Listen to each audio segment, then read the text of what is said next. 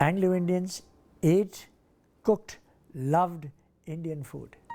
Anglo-Indians did not cook or eat or like English food. From a food type of view, we were very Indian. Well, because it was a hybrid community, it actually embraced a lot of the British standards and Portuguese standards, but it was actually tinged with the Indian flavor.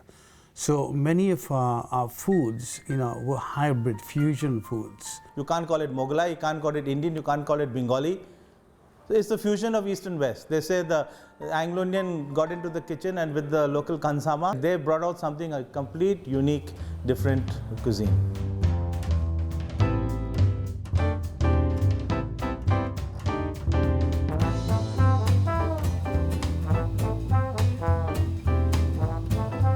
In terms of cuisine,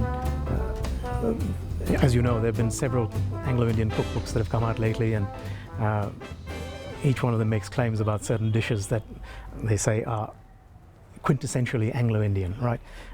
In our family it was dal curry, right? We called it dole curry, right? No Anglo-Indian ever said dal, we always said dole. And what we used to call dal, which was actually dal or lentils, made in Anglo-Indian fashion. Dal rice or dal rice with aloo bharta. Okay, it's potatoes mashed and with sort of onions and chilies. It was dal, rice, the usual food, and they like the kofta curry. Typical Anglo-Indian food is the kofta curry and yellow rice. That is very important on Sundays. Of course, we always have kofta curry and yellow rice on a Sunday if we can, and palau. Everybody loves our palau. Ball curry and yellow rice. Ball curry. And I think it's curry made out of, I don't know, you pop in meatballs and you make a curry out of it. So something like that, I'm not sure. Meatball curry sometimes and just stuff like that, yes. So that is something unique.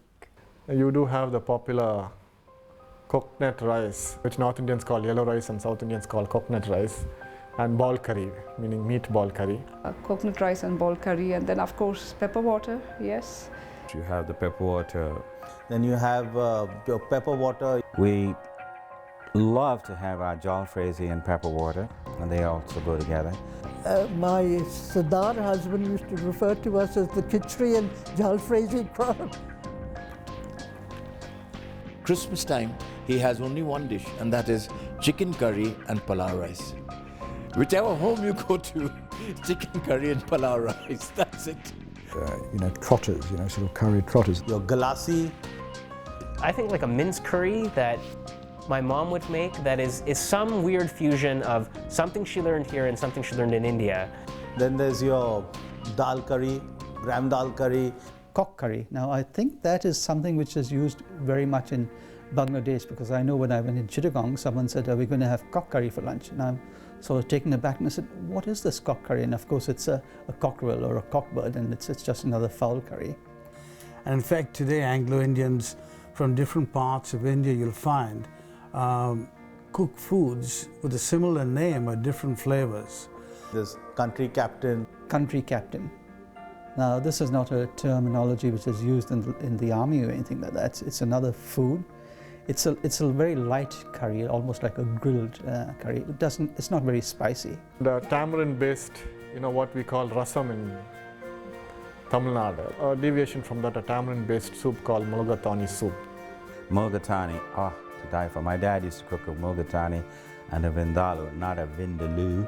He used to cook a vindaloo. That was a great recipe. You have the vindaloo. Well, the word vindaloo is quite popular within the community, and often refers to a meat dish, which has a mishmash of potatoes and other vegetables, and is more a gravy, a semi-gravy.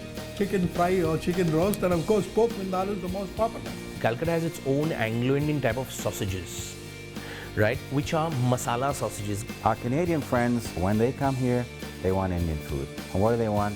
They want a bhaji. That's one of our bhujiyas. Our bhujia is a vegetable dish.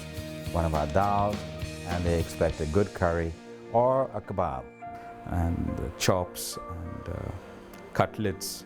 But the barka khani, which is a small little like a roti, which is made in the lard of beef lard. Pantras, it's a sort of pancake with a meat filling in it. Inside the cupboard would be a box of ginger biscuits, kalkals and roast cookies, guava cheese. Roast cookies. You know, the cheese straw. Your devil's chutney. And a spicy chutney, which they call as devil's chutney. Now, all of us who have been sick, particularly if you had the flu or something like that, the first solid meal that you had after that was pish pash. That's a dish of very watery rice with some chicken or some other sort of meat flavoring in it. The barka khani is like, barka khani pork roast means you're a thack Anglo, thack. Most popular is Anglo-Indian food is the coconut rice and bal curry and mother-in-law's chutney, as they say.